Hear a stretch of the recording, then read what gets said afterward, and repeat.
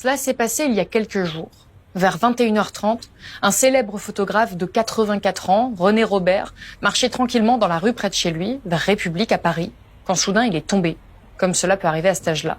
Il a perdu connaissance et il est resté sur le pavé. Il est resté là, inconscient au sol, plusieurs secondes, plusieurs minutes, plusieurs heures, sans que personne ne s'arrête pour lui venir en aide. 1 heure, 2 heures, 3 heures, 9 heures.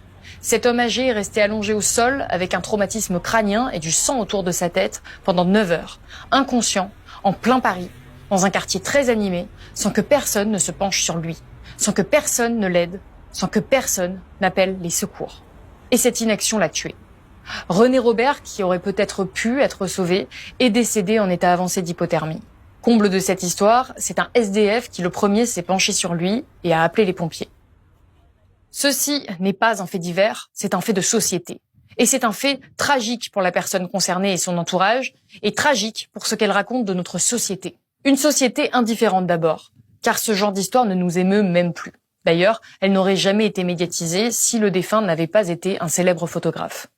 France Info a donné la parole à l'un de ses amis qui lui a rendu un hommage bouleversant et a posé la question que soulève ce drame. Est-ce que je suis sûr à 100% que si j'avais été confronté à cette scène d'un homme au sol, je me serais arrêté?